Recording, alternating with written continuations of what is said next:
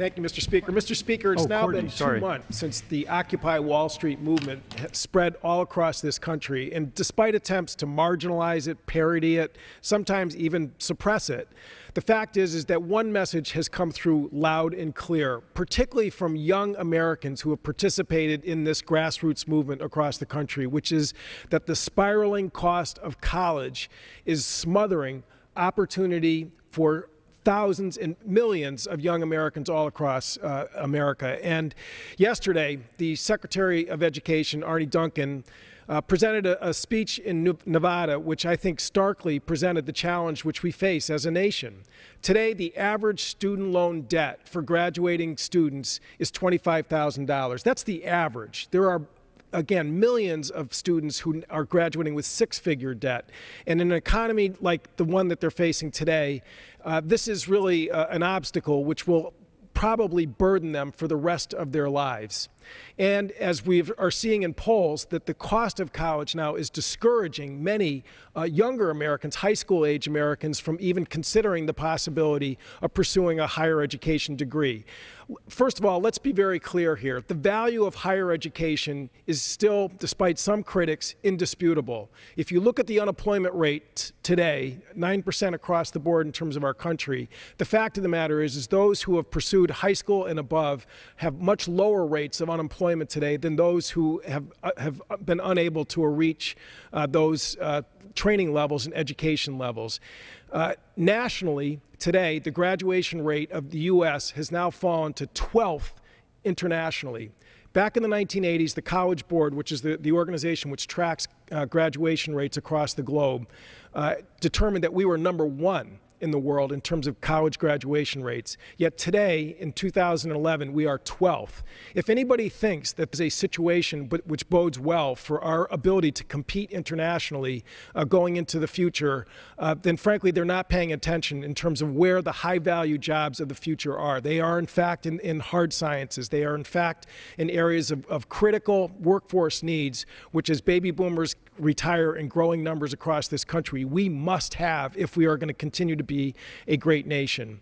Now, let's look at what's happening here in Washington. I think one of the reasons why young people are going into the streets of this country is the fact that we have a Congress which is not only out of touch in terms of listening and responding to this, in fact, they want to take us backwards. When I first came to Congress in 2007, a new Democratic majority moved swiftly to pass the College Cost Reduction Act, which was an effort to try and boost the Pell Grant program, which is the workhorse of higher education affordability, a program which basically had been level funded for 6 prior years, despite the fact that higher education costs had gone up 40%. We passed the College Cost Reduction Act, which infused new funding into the Pell Grant program. We cut the interest rates for the Stafford Student Loan Program from 6.4% to 3.2%, and we paid for every single penny of those expenditures by cutting the bank subsidies, which were basically sucking federal dollars away from families and students who need that critical help.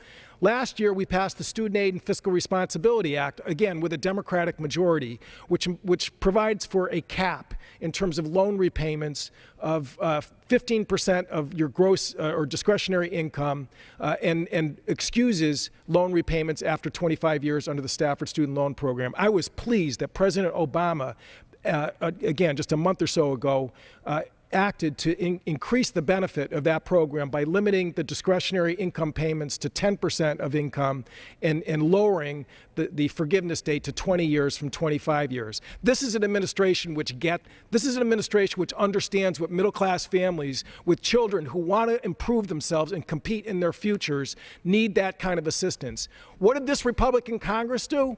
We had a Ryan budget last April which butchered the Pell Grant program and would take us back to 2008 levels. So, for example, in Connecticut, where I come from, the University of Connecticut would have seen its Pell Grant revenue from 2008, which was about $8 million going into the University of Connecticut, would have been cut from where it is today, which is $12 million of annual Pell Grant revenue.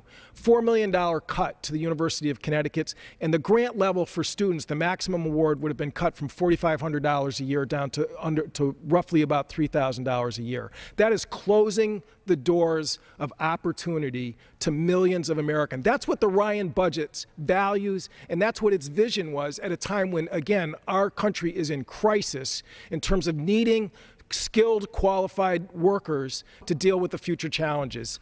The choice is clear, and for those who care about spiraling education costs, the Democratic agenda is the one that is on your side. I yield back.